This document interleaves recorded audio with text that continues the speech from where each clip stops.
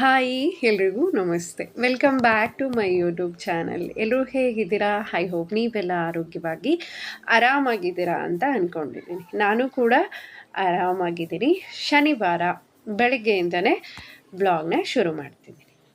So ಶನಿವಾರ ಅಂದ ತಕ್ಷಣ ಸ್ವಲ್ಪ ಸ್ಪೆಷಲ್ಲೇ, ಹಾಗಾಗಿ ಬೆಳಗ್ಗೆ ಬೇಗ ಎದ್ದು ಪೂಜೆ ಎಲ್ಲ ಮುಗಿಸ್ಕೊಂಡಿದ್ದೀನಿ. ಇತ್ತೀಚೆಗೆ ರೊಟೀನ್ ಎಲ್ಲ ಚೇಂಜ್ ಆಗೋಗ್ಬಿಟ್ಟಿದೆ. ಸೊ ಯಾವಾಗ ಮತ್ತೆ ಮೊದಲಿನ ರೂಟೀನ್ ಸ್ಟಾರ್ಟ್ ಮಾಡ್ತೀನೋ ಗೊತ್ತಿಲ್ಲ. ಲೇಟಾಗಿ ಎದ್ಬಿಟ್ಟು ಕೆಲಸ ಮಾಡ್ಕೊಳ್ತಿದ್ದೀನಿ. ನನಗೆ ಅದು ಒಂಥರ ಅಡ್ಜಸ್ಟ್ ಆಗ್ತಿಲ್ಲ, ಹಿಂಸೆ ಅಂತ ಅನ್ನಿಸ್ತಿದೆ. ಮಕ್ಕಳು ಸ್ಕೂಲಿಗೆ ಹೋದ್ಮೇಲೆ ಪೂಜೆ ಅದೆಲ್ಲ ಮಾಡ್ಕೊಳ್ಳೋದು. ಸೊ ಆದಷ್ಟು ಬೇಗ ಮತ್ತೆ ನನ್ನ ನಾರ್ಮಲ್ ರೂಟೀನ್ಗೆ ನಾನು ಹೋಗಲೇಬೇಕು. ಇನ್ನು ಇವತ್ತು ವೈಶು ಕೂಡ ದೇವಸ್ಥಾನಕ್ಕೆ ಹೋಗಿದ್ದಾಳೆ. ಸೊ ರೆಗ್ಯುಲರ್ ಆಗಿ ಏನು ಶನಿವಾರ ಇದೆ ಅಲ್ಲ, ಸ್ಕೂಲ್ ಇದ್ರೇನು ಇಲ್ಲ ಅಂದ್ರೇನು ಕಂಪಲ್ಸರಿ ಬೇಗ ಎದ್ಬಿಟ್ಟು ದೇವಸ್ಥಾನಕ್ಕೆ ಹೋಗ್ತಾಳೆ. ಎಷ್ಟೊಂದು ಜನ ಹೇಳ್ತಾ ಇರ್ತಾಳೆ, ಇಷ್ಟೊಂದು ಸ್ಟ್ರಾಂಗ್ ಇದ್ದಾಳಲ್ಲ, ಒಬ್ಬಳೇ ಹೋಗಿ ಬರ್ತಾಳೆ ಇಲ್ಲಿಂದ ಅಂತ ಹೇಳಿ. ಸೊ ಮಕ್ಕಳಿಗೆ ಪ್ರತಿಯೊಂದರ ಅನುಭವ ಆಗಬೇಕು, ಪ್ರತಿಯೊಂದು ತಿಳಿಬೇಕು ಅನ್ನೋದು ನನಗಿಷ್ಟ. ಸೊ ಹಾಗಾಗಿ ನನಗೇನು ಒಳ್ಳೇದು ಅನಿಸುತ್ತೆ ನಾನು ಅದನ್ನು ಮಕ್ಕಳ ಕೈಯಿಂದ ಮಾಡಿಸ್ತಾ ಇರ್ತೀನಿ. ನಾವು ಹಳ್ಳಿಯಲ್ಲಿದ್ದಾಗ ಇದ್ರ ಬಗ್ಗೆ ಗಮನ ಕೊಡೋ ಅವಶ್ಯಕತೆನೇ ಇಲ್ಲ, ಆಟೋಮೆಟಿಕ್ಕಾಗಿ ಎಲ್ಲ ಬಂದ್ಬಿಡತ್ತೆ. ಬಟ್ ಸಿಟಿಯಲ್ಲಿದ್ದಾಗ ಅಯ್ಯೋ ಹೊರಗಡೆ ಕಳಿಸ್ಬಾರ್ದು, ಅಲ್ಲಿಗೆ ಕಳಿಸ್ಬಾರ್ದು ಅಂತ ಯಾವಾಗಲೂ ಮನೆಯಲ್ಲಿನೇ ಮಕ್ಕಳನ್ನ ಕೂರಿಸ್ತೀವಿ. ಬಟ್ ಹಂಗಾಗಿ ಅವರಿಗೆ ನಾಲೆಜನ್ನು ತುಂಬಾ ಕಡಿಮೆ ಇರುತ್ತೆ. ಮಕ್ಕಳಿಗೆ ಪೂಜೆ ಪುನಸ್ಕಾರ ಅದೆಲ್ಲನೂ ಹೇಳ್ಕೊಡ್ಬೇಕು ಅನ್ನೋದು ನನಗಿಷ್ಟ. ಸೊ ಹಾಗಾಗಿ ಇವತ್ತು ಬೆಳಗ್ಗೆ ಟಿಫನ್ಗೆ ಚಪಾತಿ ಮಶ್ರೂಮ್ ಗ್ರೇವಿನ ಮಾಡ್ಕೊಳ್ತಿದ್ದೀನಿ. ಮಶ್ರೂಮ್ ಜೊತೆ ಸ್ವಲ್ಪ ಬಟಾಣಿನ ಹಾಕಿ ಮಾಡ್ತಿದ್ದೀನಿ. ಹಾಗಾಗಿ ಇಲ್ಲಿ ಬಟಾಣಿನ ಬೇಯೋದಕ್ಕೆ ಇಟ್ಕೊಂಡಿದ್ದೀನಿ. ಮಶ್ರೂಮ್ನ ವಾರದಲ್ಲಿ ಒಂದು ಸರಿ ಕಂಪಲ್ಸರಿ ಬಳಸ್ತಿದ್ದೀನಿ. ತುಂಬ ಒಳ್ಳೆಯದು ಆರೋಗ್ಯಕ್ಕೆ. ಸೊ ಹಾಗಾಗಿ ಚಪಾತಿ ಜೊತೆ ಒಳ್ಳೆ ಕಾಂಬಿನೇಷನ್ ಅಂತಲೇ ಹೇಳ್ಬೋದು. ಇನ್ನು ಮಕ್ಕಳಿಗೆ ನನಗೆ ತುಂಬ ಇಷ್ಟ ಆಗುತ್ತೆ, ಹಸ್ಬೆಂಡಿಗೆ ಓಕೆ. ಸೊ ಅವ್ರಿಗೋಸ್ಕರ ಬೇರೆ ಏನಾದರೂ ಒಂದು ಪಲ್ಯ ಮಾಡ್ಕೊಂಡ್ರಾಯ್ತು ಅಂತ ಹೇಳಿ ಇಲ್ಲಿ ಮಶ್ರೂಮ್ನ ಚಿಕ್ಕದಾಗಿ ಈ ಥರ ಕಟ್ ಮಾಡ್ಕೊಳ್ತಿದ್ದೀನಿ. ಇದು ಒಂದು 5 ದಿನದವರೆಗೂ ಇರುತ್ತೆ ಪ್ಯಾಕ್ ತೊಗೊಂಡು ಬಂದಮೇಲೆ. ಸೊ ಆದಷ್ಟು ಬೇಗನೆ ಮಾಡ್ಕೊಡೋದು ಒಳ್ಳೆಯದು. ಇನ್ನು ಒಂದು ಈರುಳ್ಳಿನ ಚಿಕ್ಕದಾಗಿ ಕಟ್ ಮಾಡ್ಕೊಳ್ತಿದ್ದೀನಿ. ಎಷ್ಟು ಸಾಧ್ಯನೋ ಅಷ್ಟು ಚಿಕ್ಕದಾಗಿ ಕಟ್ ಮಾಡಿಕೊಂಡ್ರೆ ತುಂಬ ಚೆನ್ನಾಗಿ ಬರುತ್ತೆ ಗ್ರೇವಿ. 2 ಟೊಮೆಟೊ ಹಾಗೆ ಒಂದು 10ರಿಂದ 12 ಗೋಡಂಬಿನ ನೆನೆ ಹಾಕಿದ್ದೆ ಬಿಸಿನೀರಲ್ಲಿ ಒಂದು 10 ನಿಮಿಷ. ಅದನ್ನು ಪೇಸ್ಟ್ ಮಾಡ್ಕೊಳ್ತಿದ್ದೀನಿ ನೋಡಿ ಈ ಥರ. ಸೊ ಇನ್ನು ಮಾಡೋದಕ್ಕೆ 2 ಸ್ಪೂನಷ್ಟು ಎಣ್ಣೆ ಹಾಗೆ 1 ಸ್ಪೂನಷ್ಟು ಬೆಣ್ಣೆ. ಅಡುಗೆಯಲ್ಲಿ ಬೆಣ್ಣೆ ತುಂಬ ಕಡಿಮೆ ಬಳಸೋದು ನಾನು. ಸೊ ಅದು ಸ್ಪೆಷಲ್ ಅಂದಾಗ ಒಂದು ಸ್ವಲ್ಪ ಈ ಥರ ಹಾಕಿದಾಗ ಅದು ಸ್ಪೆಷಲ್ ಅನಿಸುತ್ತೆ. ಸೊ ಹಾಗಾಗಿ ಫ್ಲೇವರ್ ಎಲ್ಲ ತುಂಬ ಚೆನ್ನಾಗಿ ಬರುತ್ತೆ ಅಂತ ಹೇಳಿ 1 ಸ್ಪೂನಷ್ಟು ಜೀರಿಗೆ ಹಾಕ್ಕೊಂಡು ಈರುಳ್ಳಿನ ಸೇರಿಸ್ಕೊಳ್ತಿದ್ದೀನಿ. ಇದು ಸ್ವಲ್ಪ ಕಲರ್ ಚೇಂಜ್ ಆಗೋವರೆಗೂ ನಾವಿಲ್ಲಿ ಫ್ರೈ ಮಾಡ್ಕೋಬೇಕು. ಇವಾಗ ಇದಕ್ಕೆ ಒಂದು ಅರ್ಧ ಸ್ಪೂನಷ್ಟು ಅರಿಶಿನ ಹಾಗೆ 2 ಸ್ಪೂನಷ್ಟು ಖಾರ ಹಾಗೆ 1 ಸ್ಪೂನಷ್ಟು ಧನಿಯಾ ಪುಡಿ, ಒಂದು ಅರ್ಧ ಸ್ಪೂನಷ್ಟು ಗರಂ ಮಸಾಲಾನ ಸೇರಿಸ್ಕೊಳ್ತಿದ್ದೀನಿ. ಇದು ಕೂಡ ಸ್ವಲ್ಪ ಚೆನ್ನಾಗಿ ಫ್ರೈ ಮಾಡ್ಕೋಬೇಕು. ಸೊ ಈ ಥರ ಹಾಕಿ ಮಾಡಿದಾಗ ಗ್ರೇವಿ ಥರ ಆಯಿತು ಅಂದರೆ ಮಕ್ಕಳಿಗೆ ಹಂಚ್ಕೊಂಡು ತಿನ್ನೋದಕ್ಕೆ ಚೆನ್ನಾಗಿ ಬರುತ್ತೆ. ಡ್ರೈ ಇದ್ದಾಗ ಅದು ಅಷ್ಟೊಂದು ಇಷ್ಟಪಡಲ್ಲ ಮಕ್ಕಳು. ಹಾಗಾಗಿ ಸೊ ಅವರಿಗೆ ಅಂದಾಗ ಸ್ವಲ್ಪ ಅಡುಗೆಯಲ್ಲಿ ಅಪ್ಡೇಟ್ ಆಗ್ತಿದ್ದೀನಿ ಇವಾಗ. ಏನಾದರೂ ಸ್ವಲ್ಪ ಬೇರೆ ಥರ ಮಾಡೋದಕ್ಕೇ ಟ್ರೈ ಮಾಡ್ತಾ ಇರ್ತೀನಿ. ಇನ್ನು ಸ್ವಲ್ಪ ಫ್ರೈ ಆದಮೇಲೆ ಮಾಡಿಟ್ಕೊಂಡಿರುವಂಥ ಪ್ಯೂರಿನೆಲ್ಲ ಸೇರಿಸಿ ಒಂದು ಸ್ವಲ್ಪ ಜಾರಲ್ಲಿ ನೀರನ್ನು ಹಾಕಿ ರುಚಿಗೆ ತಕ್ಕಷ್ಟು ಉಪ್ಪನ್ನು ಸೇರಿಸ್ಕೊಳ್ತಿದ್ದೀನಿ. ಇನ್ನು ನಾನು ಹಿಂದಿನ ದಿನವೇ ಸ್ವಲ್ಪ ಪನ್ನೀರೆಲ್ಲ ಮಾಡಿಟ್ಕೊಂಡಿರ್ತೀನಿ. ಅಂದರೆ ನಾಳೆ ಚಪಾತಿ ಮಾಡೋದಿದೆ ಅಂದರೆ ಖಂಡಿತ ರೆಡಿ ಮಾಡ್ಕೊಂಡಿರ್ತೀನಿ. ಇಲ್ಲ ಅಂದರೆ ಸೊಪ್ಪಂತೂ ಹಾಕಿ ಮಾಡ್ತೀನಿ. ಯಾವುದೇ ಕಾರಣಕ್ಕೂ ಪ್ಲೇನ್ ಆಗಿರುವಂಥ ಚಪಾತಿನಂತೂ ಮಾಡಲ್ಲ. ನೋಡಿ ಎಷ್ಟು ಚೆನ್ನಾಗಿದೆಲ್ಲ ಎಣ್ಣೆ ಬಿಟ್ಟಿದೆ. ಇವಾಗ ಬೆಂದಿರೋವಂಥದ್ದು ಏನಿದೆಲ್ಲ ಬಟಾಣಿ ಅದನ್ನು ಸೇರಿಸ್ಕೊಳ್ತಿದ್ದೀನಿ. ಒಂದು ಸರಿ ಚೆನ್ನಾಗಿ ಮಿಕ್ಸ್ ಮಾಡಿಕೊಂಡು ಕೊನೆಯದಾಗಿ ಮಶ್ರೂಮ್ನೆಲ್ಲ ಹಾಕಿ ಇದನ್ನು ಕೂಡ ಅಷ್ಟೇ ಚೆನ್ನಾಗಿ 2ರಿಂದ 3 ಸರಿ ಮಿಕ್ಸ್ ಮಾಡ್ಕೊಂಬಿಟ್ಟು ಒಂದು 5 ನಿಮಿಷ ಲೋ ಫ್ಲೇಮಲ್ಲಿ ಲಿಡ್ನ ಕ್ಲೋಸ್ ಮಾಡಿಬಿಟ್ರೆ ತುಂಬ ಚೆನ್ನಾಗಿರುವಂಥ ಮಶ್ರೂಮ್ ಗ್ರೇವಿ ರೆಡಿ ಆಗುತ್ತೆ. ಹೆಲ್ದಿ ಆ್ಯಂಡ್ ಟೇಸ್ಟಿ ಅಂತಲೇ ಹೇಳ್ಬೋದು. ನಾನಿಲ್ಲಿ ಪನ್ನೀರ್ ಜೊತೆ ಪಾಲಕ್ ಸೊಪ್ಪನ್ನ ಸ್ವಲ್ಪ ಚಿಕ್ಕದಾಗಿ ಕಟ್ ಮಾಡ್ಕೊಂಡಿರೋದನ್ನು ಸೇರಿಸಿ ಅದಕ್ಕೆ ಸ್ವಲ್ಪ ಅಜವಾನ ಹಾಗೆ ಉಪ್ಪನ್ನ ಹಾಕಿ ಕಲಿಸ್ಕೊಂಡಿದ್ದೀನಿ. ಉಪ್ಪನ್ನ ಹಾಕೋದ್ರಿಂದ ಸೊಪ್ಪೆಲ್ಲ ಸಾಫ್ಟ್ ಆಗಿಬಿಡುತ್ತೆ. ಸೊ ನಾವು ಮಾಡೋ ಟೈಮಲ್ಲಿ ಅರಿಯಲ್ಲ. ಬೇಕಿದ್ದಷ್ಟು ಗೋಧಿ ಹಿಟ್ಟನ್ನು ಹಾಕಿ ಒಂದು ಸ್ವಲ್ಪ ಸಾಫ್ಟಾಗಿಯೇ ಹಿಟ್ಟನ್ನು ಕಲಿಸ್ಕೋಬೇಕು. ಇದರಲ್ಲಿ ಒಂದು ಸ್ವಲ್ಪ ತುಪ್ಪನೋ ಬೆಣ್ಣೆನೋ ಹಾಕ್ಕೊಂಡ್ಬಿಟ್ರೆ ತುಂಬ ಚೆನ್ನಾಗಿ ಬರುತ್ತೆ. ಸೊ ಇದನ್ನು ಕಲಸಿ ಎತ್ತಿರ್ತಿದ್ದೀನಿ. ನೋಡಿ ಎಷ್ಟು ಚೆನ್ನಾಗಿ ಪರ್ಫೆಕ್ಟ್ ಆಗಿರುವಂಥ ಗ್ರೇವಿ ರೆಡಿಯಾಗಿದೆ. ರೈಸ್ಗೆ ಚಪಾತಿಗೆ ಒಳ್ಳೆ ಕಾಂಬಿನೇಷನ್. ಖಂಡಿತ ಒಂದ್ಸಲ ಟ್ರೈ ಮಾಡಿ ನೋಡಿ. ಕೊನೆಯಲ್ಲಿ ಸ್ವಲ್ಪ ಕೊತ್ತಂಬರಿನ ಹಾಕಿಬಿಟ್ರೆ ರುಚಿಯಾಗಿರುವಂಥ ಮಶ್ರೂಮ್ ಗ್ರೇವಿ ರೆಡಿ ಆಯಿತು. ಇನ್ನು ಅಡುಗೆ ಮಾಡೋವರೆಗೂ ಅನ್ನಿಸ್ತಾನೆ ಇತ್ತು ಏನೋ ಮರ್ತಿದ್ದೀನಿ ಅಂತ. ಮಕ್ಕಳ ಸ್ನ್ಯಾಕ್ಸಿಗೆ ಸ್ವೀಟ್ ಕಾರ್ನ ಬಾಯ್ಲಿಗೆ ಇಡೋದೇ ಮರೆತುಬಿಟ್ಟಿದ್ದೆ. ಸೊ ಸಡನ್ನಾಗಿ ನೆನಪಾಯಿತು. ಇನ್ನು ಅದನ್ನು ಕೂಡ ಬಾಯ್ಲಿಗೆ ಇಟ್ಕೊಳ್ತಿದ್ದೀನಿ. ಅಯ್ಯೋ ಮರೆತು ಬಂದೆ ನಾನು. ಇದು 50 ಕೂಡ ಫ್ರೆಂಡ್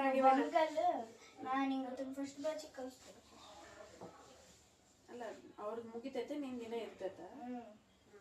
ಅವ್ರದ್ದು ವೈಭವ್ ಸೆಕೆಂಡ್ ಬ್ಯಾಚ್ ತಾನೆ ಇರಂಗಿಲ್ಲ.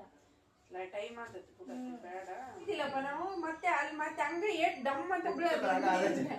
ಇದಕ್ಕೆ ಇಷ್ಟು ದೊಡ್ಡಲ್ಲಿ ಬಾಜಿನಿಗೆ ಬಾಚಿ ಈ ಕೈ ಹಿಂಗಿಡಂಗಿಲ್ಲ. ಮತ್ತೆ ಹಿಂಗಿಡ ಅದಕ್ಕೆ ಈಗಿನವ್ರು ಯಾರು ಇಷ್ಟು ತಲೆ ಕೆಡ್ಸಣಕ್ ಹೋಗಂಗಿಲ್ಲ. ಬೋಳ್ಸ್ ಕುಂದಿರ್ತಾರ ಕಡೆಯಲ್ಲಿ ಕಿರಿಕಿರಿ ಹೇಳು. ಹೆಂಗ್ ಬರ್ತೈತೆ ಜನ್ರೇಷನ್ ಹೆಂಗ್ ಅದ್ರಾಗ ಇಷ್ಟು ಸಣ್ಣ ಅಲ್ಲ ಅಂದ್ರೆ ಕತೆ ಬೇಡ ಹೋಗೋದ್ರ ಸ್ವಲ್ಪ ಹಂಗೆ ಬಿಡಿಸಿ ಏನ ದೊಬ್ಬೆ. 100 ವರ್ಷ ರಾಜ ಬದುಕ್ದಂಗೆ ಬದುಕಪ್ಪ ಯಪ್ಪ. 100 ವರ್ಷ ರಾಣಿ ಬದುಕ್ದಂಗೆ ಬದುಕಮ್ಮ ಯಮ್ಮ. ಮಹಾರಾಣಿ ಕೂದಲ್ದಂಗೆ ತೆಕ್ಕಬಾರ್ದು. ತಕ್ರಿ ಯಜಮಾನ್ ತಿಂದೇನಮ್ಮ ತಿನ್ನಮ್ಮ. ಶಾಲೆಗ ನೀರ ಹೊರಗೆ ಆಯ್ತು ಆಯ್ತು ಅದ್ರ ಜೊತೆ ಕಡಿಬಿಟ್ಟೆ.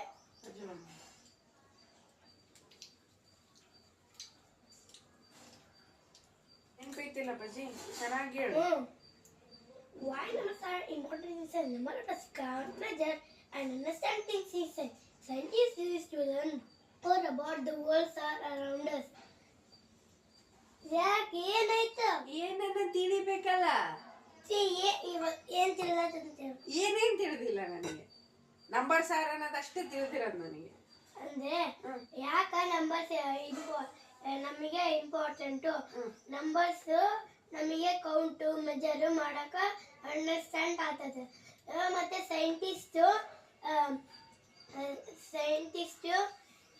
Use number two learn more about the world around us. ಅಂದ್ರೆ ಸೈಂಟಿಸ್ಟ್ ಜಾಸ್ತಿ ತಿಳ್ಕೊತಾರೆ ಸೈನ್ಸ್ ನಂಬರ್ಸ್ ಇಂದ ಅಂತ ಹೇಳಿದ್ರೆ ಆಯ್ತು. ಅಲ್ಲ ನಾನು ಹೇಳಷ್ಟು ಹೇಳ್ತೀನಿ. ಆಮೇಲೆ ಇದಕ್ಕೆ ಸ್ವಲ್ಪ ಸಕ್ಕರೆ ಹಾಕೊಳ್ಳ. ಕಾಪಿ ಕ್ಯಾಟ್ ಮಧ್ಯಾಹ್ನ ಬೆಳಿಗ್ಗೆ ರಾಜ ತಿನ್ನಂಗ್ ತಿನ್ಬೇಕು. ಮಧ್ಯಾಹ್ನ ಇದು ರಾಣಿ ತಿನ್ನಂಗ್ ತಿನ್ಬೇಕು. ರಾತ್ರಿ ಬಡವರು ತಿನ್ನಂಗ್ ತಿನ್ಬೇಕು.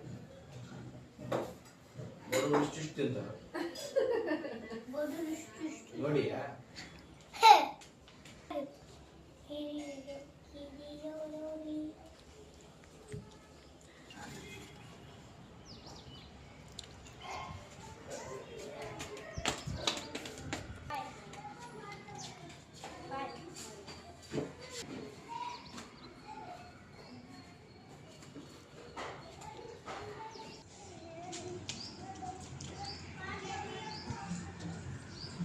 ಇನ್ನು ಮಕ್ಕಳು ಸ್ಕೂಲಿಗೆ ಹೋಗೋವರೆಗೂ ಅವ್ರದ್ದೇ ಸಂಭ್ರಮ ಸಡಗರ.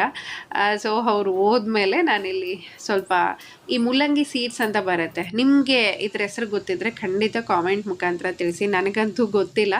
ಸೇಮ್ ಚೌಳೆಕಾಯಿ ಇದ್ದಂಗೆ ಇರುತ್ತೆ. ನಾನು ಚೌಳೆಕಾಯಿ ಪಲ್ಯ ಮಾಡ್ಕೊಂಡಂಗೆ ಇದನ್ನು ಮಾಡ್ತೀನಿ. ಚೆನ್ನಾಗಿ 1 ಸ್ಪೂನಷ್ಟು ಎಣ್ಣೆನ ಹಾಕಿ ಹುರಿದು ಮಾಡೋದ್ರಿಂದ ಟೇಸ್ಟು ಚೆನ್ನಾಗಿರುತ್ತೆ, ಆರೋಗ್ಯಕ್ಕೂ ತುಂಬ ಒಳ್ಳೆಯದು.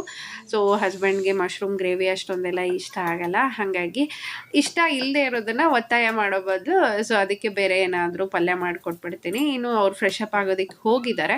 ಬರೋಷ್ಟೊತ್ತಿಗೆ ಮಿಕ್ಕಿರುವಂಥ ಚಪಾತಿ ಹಾಗೆ ಪಲ್ಯನೆಲ್ಲ ರೆಡಿ ಮಾಡ್ಕೊಂಡ್ಬಿಡ್ತೀನಿ. ಸ್ವಲ್ಪ ಇವಾಗ ಅವ್ರ ಡ್ಯೂಟಿ ಚೇಂಜ್ ಆಗಿದೆ. ಸೊ ಬೇಗನೆ ಹೊರಡಬೇಕು. ಮಕ್ಕಳು ಹೋದ ತಕ್ಷಣ ಅವರು ಕೂಡ ರೆಡಿ ಆಗಿಬಿಡ್ತಾರೆ. ಇಲ್ಲಿ ಚೆನ್ನಾಗಿದು ಬೆಂದಿದೆ. ನಾನಿಲ್ಲಿ ಒಂದು ಬೌಲಲ್ಲಿ ಎತ್ತಿಟ್ಕೊಳ್ತಿದ್ದೀನಿ. ಏನೋ ಮಾಡೋದಕ್ಕೆ ಸ್ವಲ್ಪ 1 ಸ್ಪೂನಷ್ಟು ಎಣ್ಣೆ, ಜೀರಿಗೆ, ಸಾಸಿವೆ, ಕರಿಬೇವು ಹಾಗೆ ಈರುಳ್ಳಿ ಸ್ವಲ್ಪ ಫ್ರೈ ಮಾಡ್ಕೊಂಡ ತಕ್ಷಣವೇ ನಾನು ಇಲ್ಲಿ ಟೊಮೆಟೊ ಕೂಡ ಸೇರಿಸ್ಕೊಳ್ತಿದ್ದೀನಿ. ಸೊ ಇದೆಲ್ಲ ಟೇಸ್ಟ್ ತಿನ್ನಬೇಕಾದ್ರೂ ಕೂಡ ನನಗೆ ಅದು ಚೌಳೆಕಾಯಿ ಫೀಲ್ ಅಂತಲೇ ಅನಿಸುತ್ತೆ, ಬೇರೆ ಏನೂ ಇಲ್ಲ. ಸ್ವಲ್ಪ ಬಲ್ತಿದ್ದಾಗ ಅದು ಒಂಥರ ಬೇರೆ ಟೇಸ್ಟ್ ಬರುತ್ತೆ. ಎಳೀತಿತ್ತಂದರೆ ನಮಗೆ ಗೊತ್ತೇ ಆಗಲ್ಲ, ಅಷ್ಟು ಚೆನ್ನಾಗಿರುತ್ತೆ. ಏನೋ ರುಚಿಗೆ ತಕ್ಕಷ್ಟು ಖಾರ, ಉಪ್ಪು, ಅರಿಶಿನ ಹಾಕ್ಕೊಂಡು ನಾನು ಹುರಿದಿಟ್ಕೊಂಡಿದ್ದೀನಲ್ಲ ಮುಲ್ಲಂಗಿ ಸೀಡ್ಸ್ ಅದನ್ನು ಕಲಿಸ್ಕೊಂಡು ನಾನು ಪ್ಲೇಟ್ನ ಹಚ್ಕೊಡ್ತಿದ್ದೀನಿ. ಸೊ ಫ್ರೆಶ್ ಅಪ್ ಆಗಿ ಬಂದಿದ್ದಾರೆ. ಬೆಳಗಿನ ಟಿಫನ್ನು ಇದು.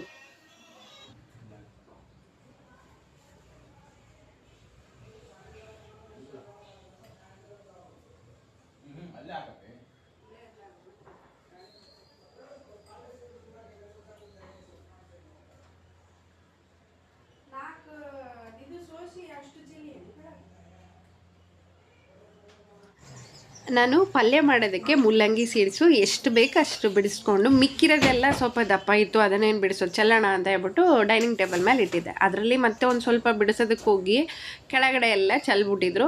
ಸೊ ಕೇಳಿದರೆ ನಗ್ತಾಯಿದ್ರು. ಹಾಗಾಗಿ ಮತ್ತೆ ಅದನ್ನೆಲ್ಲ ಕ್ಲೀನ್ ಮಾಡಿಕೊಂಡು ಸ್ವಲ್ಪ ಬಟ್ಟೆ ಇತ್ತಿದೆಲ್ಲ ನಿನ್ನೆದು ಇವತ್ತು ಎಲ್ಲನೂ ಮಾಡಿಸಿ ಎತ್ತಿಡ್ತಿದ್ದೀನಿ. ಕೆಲವೊಂದು ಕೆಲಸಗಳು ತುಂಬ ಖುಷಿಯಿಂದ ಅವತ್ತಿನ ದಿನ ಮುಗಿಸ್ಕೊಂಡ್ಬಿಡ್ತೀನಿ. ಇದು ಬಟ್ಟೆ ಮಾಡಿಸೋದಂದ್ರೆ ಅದೇನೋ ಗೊತ್ತಿಲ್ಲ, ಅವತ್ತಿನ ದಿನ ಆಗಿರೋ ತುಂಬ ಕಡಿಮೆ. ಸೊ ನೆಕ್ಸ್ಟ್ ಡೇಗೆ ಮುಂದೂಡಿಕೆ ಆಗಿರುತ್ತೆ ಇದು. ಏನೇ ಕೆಲಸ ಮಾಡಬೇಕಾದ್ರೂ ನಮಗೆ ಆಸಕ್ತಿ ಇರಬೇಕು, ಅದ್ರ ಮೇಲೆ ಪ್ರೀತಿ ಇರಬೇಕು, ಅವಾಗೇನೆ ಪ್ರತಿಯೊಂದು ಕೆಲಸ ಪರಿಪೂರ್ಣ ಅಂತ ಅನ್ಸುತ್ತೆ. ಇಲ್ಲ ಅಂದರೆ ನನಗೆ ಅರ್ಧಂಬರ್ಧ ಆಗಿದೆ ಅಂತಲೇ ಅನ್ನಿಸ್ತಾ ಇರುತ್ತೆ. ಯಾವತ್ತೂ ಮನೆ ಕೆಲಸ ಮಾಡಬೇಕಾದ್ರೆ ಅರ್ಧಂಬರ್ಧ ಅನ್ನೋದು ಇಲ್ಲವೇ ಇಲ್ಲ. ಏನೇ ಮಾಡಲಿ ಅದಕ್ಕೆ ತುಂಬ ಟೈಮ್ ಕೊಟ್ಟು ತುಂಬ ಪೇಷನ್ಸಿಂದ ಪ್ರತಿಯೊಂದು ಕೆಲಸ ಮುಗಿಸ್ಕೊಂಡಿರ್ತೀನಿ. ಸೊ ನನಗೆ ಅಂತ ನಾನು ಟೈಮ್ ಕೊಟ್ಕೊಳ್ಳೋದು ತುಂಬ ಕಡಿಮೆ. 1 ಗಂಟೆವರೆಗೂ ಕೆಲಸ ಮಾಡಿರ್ತೀನಿ. ಫ್ರೆಶ್ ಅಪ್ ಆಗಿ ಬಂದು 1-2 ನಿಮಿಷ ತಲೆ ಬಾಚ್ಕೊಳ್ಳೋದಕ್ಕೆ ಎಷ್ಟೆಲ್ಲ ಯೋಚನೆ ಮಾಡ್ತಿರ್ತೀನಿ, ಬಿಡು ಮತ್ತೆ ಆಮೇಲೆ ಸಾಯಂಕಾಲ ಬಾಚ್ಕೊಂಡ್ರೆ ಆಯಿತು ಅಂತ ಹೇಳಿ. ಆಲ್ಮೋಸ್ಟ್ ಎಲ್ಲ ಹೆಣ್ಮಕ್ಳು ಹಿಂಗೆ ಇರ್ತಾರೆ. ನಮಗೆ ಯಾವುದಾದ್ರೂ ಬಿದ್ದಿತ್ತು ಚಲ್ಲಿತ್ತು ಅಂದರೆ ಅದು ಮನಸ್ಸಿಗೆ ಹಿಂಸೆ ಅಂತ ಅನ್ಸೋದಕ್ಕೆ ಸ್ಟಾರ್ಟ್ ಆಗುತ್ತೆ. ಮೊದಲು ನಾವು ಅದಕ್ಕೆ ಪ್ರಿಫರೆನ್ಸ್ ಕೊಟ್ಬಿಟ್ಟು ಆ ಕೆಲಸನ ಮುಗಿಸ್ಕೊಂಡ್ಬಿಡ್ತೇವೆ. ಆವಾಗ ನಮ್ಗೆ ಅದು ತುಂಬ ಸಮಾಧಾನ ಅಂತ ಅನಿಸುತ್ತೆ. ನಾವು ಹೆಂಗಿದ್ರೂ ಪರವಾಗಿಲ್ಲ, ಮನೆ ಮಾತ್ರ ತುಂಬ ಅಚ್ಚುಕಟ್ಟಾಗಿ ಕ್ಲೀನಾಗಿರಬೇಕು. ಸೊ ಇನ್ನು ನನಗೆ ಡಿಶ್ ವಾಷರ್ ಬಗ್ಗೆ ಕೂಡ ಒಬ್ಬರು ಕಾಮೆಂಟ್ ಹಾಕಿದರು, ಹೇಳಿ ಅಂತ ಹೇಳಿ. ಇದು ಬಂದು ಬೋಶ್ದು ತುಂಬ ಚೆನ್ನಾಗಿದೆ. 1-2 ವರ್ಷ ಆಯಿತು ನಾನು ತೊಗೊಂಡು. ಇನ್ನು ತುಂಬ ಚೆನ್ನಾಗಿ ಕ್ಲೀನ್ ಆಗುತ್ತೆ. ಆಮೇಲೆ ಇದರಲ್ಲಿ ಸ್ಟೇನ್ಲೆಸ್ ಸ್ಟೀಲು, ಆಮೇಲೆ ಪ್ಲಾಸ್ಟಿಕಲ್ಲಿ ನಾನ್ ಪ್ಲಾಸ್ಟಿಕ್ ಅಂತ ಬರುತ್ತೆ, ಏನು ಸಿರಾಮಿಕ್ಕು, ಗ್ಲಾಸ್ ಈ ಥರದ್ದೆಲ್ಲನೂ ನಾವು ಯೂಸ್ ಮಾಡ್ಬೋದು. ಮತ್ತು ನಾವು ಇದರಲ್ಲಿ ಸಿಲ್ವರು, ಕಬ್ಬಿಣ, ಕಟ್ಟಿಗೆ ಅದು ಯಾವುದೂ ಬರಲ್ಲ, ಹಾಳಾಗೋಗ್ಬಿಡುತ್ತೆ. ಅದು ಒಂಥರ ಪೌಡ್ರ್ ಆಗೋದಕ್ಕೆ ಸ್ಟಾರ್ಟ್ ಆಗುತ್ತೆ. ಈ ಸಿಲ್ವರ್ ಎಲ್ಲ ಹಾಕ್ಬಿಟ್ರಂತೂ ಒಂಥರ ಪೌಡ್ರ್ ಬರುತ್ತೆ. ಸೊ ಅವರು ಕಟ್ಟಿಗೆ ಕೂಡ ಬಳಸ್ಬೋದು, ಕಬ್ಬಿಣ ಕೂಡ ಬಳಸ್ಬೋದು ಅಂತ ಹೇಳಿದರು. ಇದನ್ನು ನಮಗೆ ಬಂದು ಇನ್ಸ್ಟಾಲ್ ಮಾಡ್ತಾರಲ್ವ. ಬಟ್ ಇವತ್ತಿನವರೆಗೂ ನಾನು ಹಾಕಿಲ್ಲ. ಮಷಿನ್ಗೆ ದಿನಕ್ಕೆ ಒಂದೇ ಸರಿ ಹಾಕ್ತೀನಿ. ಪದೇ ಅಂದರೆ 3 ಟೈಮ್ ಮಾಡಿರುವಂಥ ಅಡುಗೆ ಪಾತ್ರೆಗಳು ಇಡಿಸೋದು ತುಂಬ ಕಡಿಮೆ. ಇದು ನೋಡಿ ಪಕ್ಕದಲ್ಲಿ ಈ ಥರ ಸ್ಪೂನ್ ಇಡೋದಕ್ಕಂತಲೇ ಕೊಟ್ಟಿದ್ದಾರೆ 2 ರ್ಯಾಕು. ಆಮೇಲೆ ಈ ಥರ ಅದನ್ನು ಫೋಲ್ಡ್ ಕೂಡ ಮಾಡಿ ನಾವು ಏನಾದರೂ ಜಾಸ್ತಿ ಇದ್ದಾವೆ ಅಂದರೆ ಬರೀ ಗ್ಲಾಸು ಆ ಥರ ಬೌಲೆಲ್ಲ ಇಟ್ಕೋಬೋದು. ಇಲ್ಲಿ ಕೆಳಗಡೆ ಲಿಕ್ವಿಡು ಮತ್ತು ಪೌಡ್ರ್ ಹಾಕೋದಕ್ಕೆ ಕೊಟ್ಟಿದ್ದಾರೆ. 2 ಸ್ಟ್ಯಾಂಡ್ ಇರುತ್ತೆ. ತುಂಬ ಚೆನ್ನಾಗಿದೆ, ಇರಲೇಬೇಕು ಮನೇಲಿ ಅಂತ ಕೆಲಸದವ್ರು ಇಲ್ಲ ಅಂದರೆ.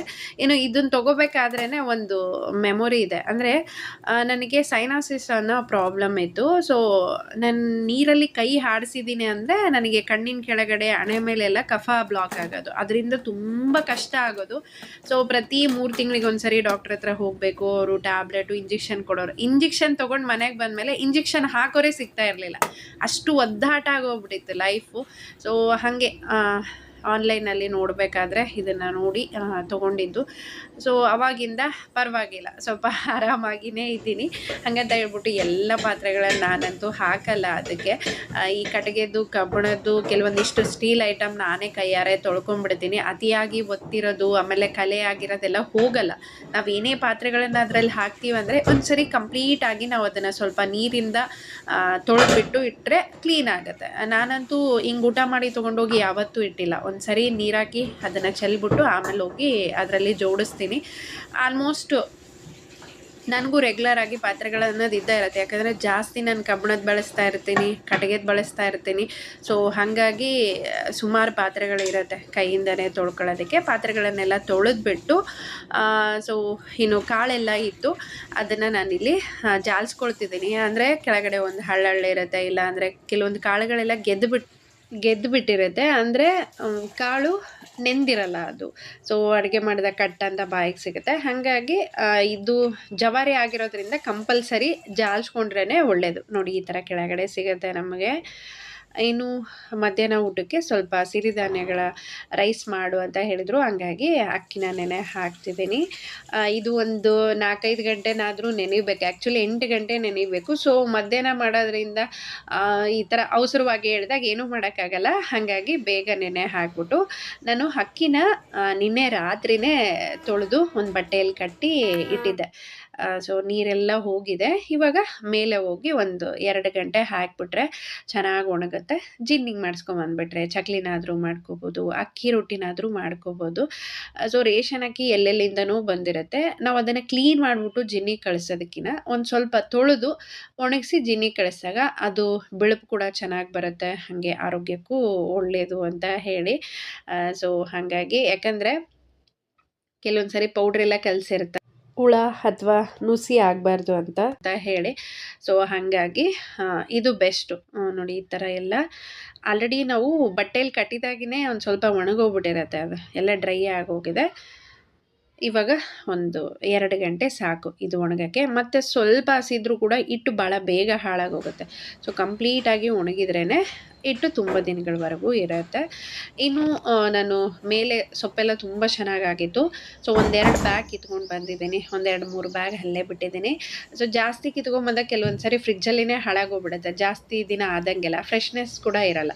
ಸೊ ಬ್ಯಾಗಲ್ಲಿತ್ತು ಅಂದರೆ ಸ್ವಲ್ಪ ದೊಡ್ಡದಾಗುತ್ತೆ, ಇನ್ನೂ ಚೆನ್ನಾಗಿರುತ್ತೆ ಅಂತ ಹೇಳಿ ನೋಡಿ ಇಷ್ಟು ಕಿತ್ಕೊಂಡು ಬಂದಿದ್ದೀನಿ. ಇವಾಗ ಇದನ್ನೆಲ್ಲ ಬಿಡಿಸಿ ಎತ್ತಿಟ್ಕೋಬೇಕು. ಸುಮಾರು ಜನ ನನಗೆ ಈ ಗಿಡಗಳ ಬಗ್ಗೆ ಅಂತೂ ಕೇಳ್ತಾನೆ ಇರ್ತೀರ. ಸೊ ನೋಡಿ ಎಷ್ಟು ಚೆನ್ನಾಗಿ ಬಿಸಿಲು ಬಿದ್ದಿದೆ, ಹಾಗೆ ಗಾಳಿ ಕೂಡ ಪರಿಪೂರ್ಣವಾಗಿದೆ. ಗಿಡಗಳಿಗೆ ಕಂಪಲ್ಸರಿ ಇದೆಲ್ಲ ಬೇಕೇ ಬೇಕು.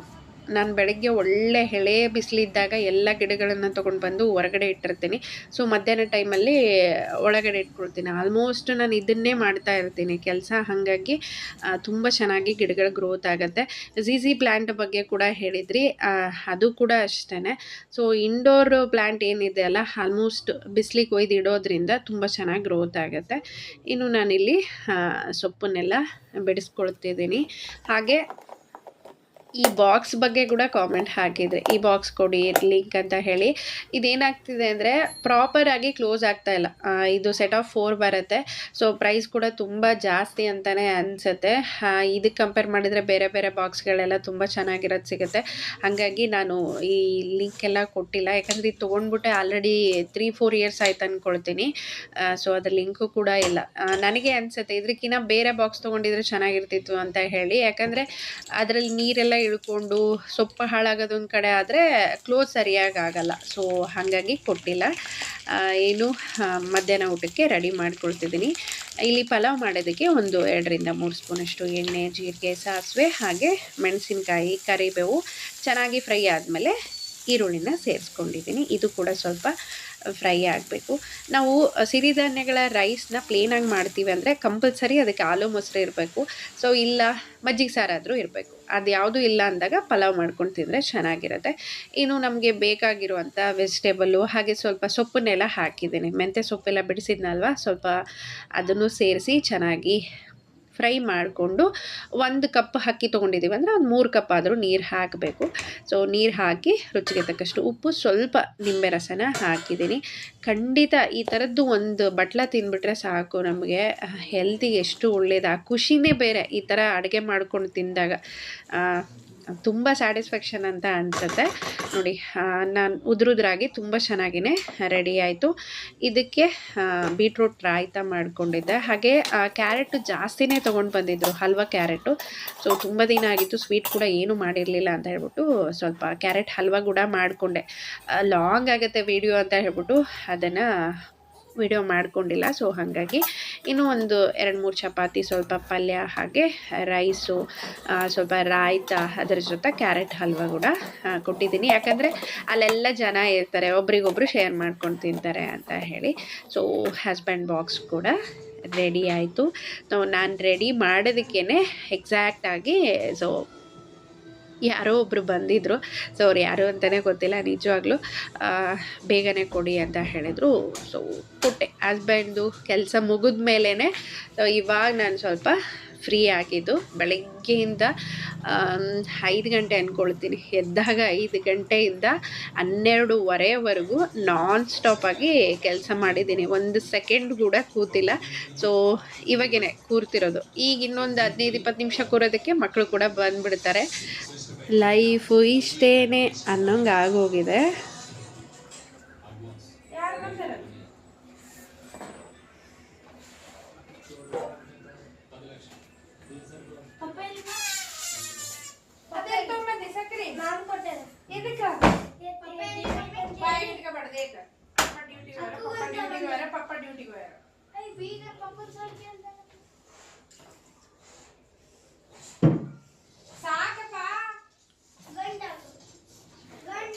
ಆಮೇಲೆ ಬಿಚ್ಚಕ್ ಬರಲ್ಲ ನೋಡಿ, ಕೇಳ್ಬಾರ್ದು ನೀನು. ಅದು ಸ್ಕ್ಯಾನ್ ಮಾಡಿದ್ರೆ ಪರ್ಫಾರ್ಮೆನ್ಸ್ ಯಾಕ ಮಮ್ಮಿ ಕಾಂಪಿಟೇಷನ್ ಬಿಡಿಸ್ಬಾರ್ದವಾ? ಮಮ್ಮಿ ಬಿಡಿಸ್ಬಾರ್ದು. ನಾವು 3, 2, 1 ಗೋ. ಭರತ್ ಬಲೂನ್ ಕೂಡ ಹೊಡಿಬೋದು. Mummy thank you thank you.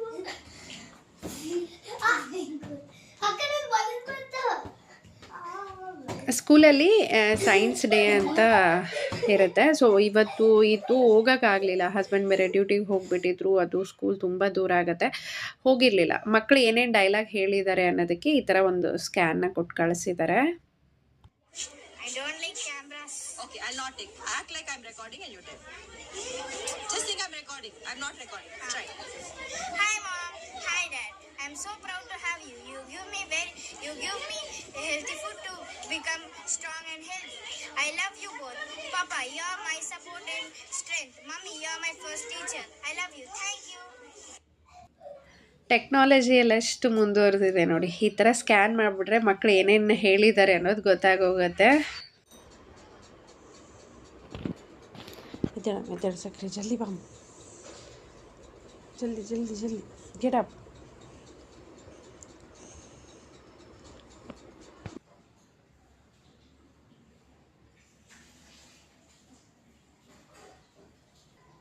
ಏನು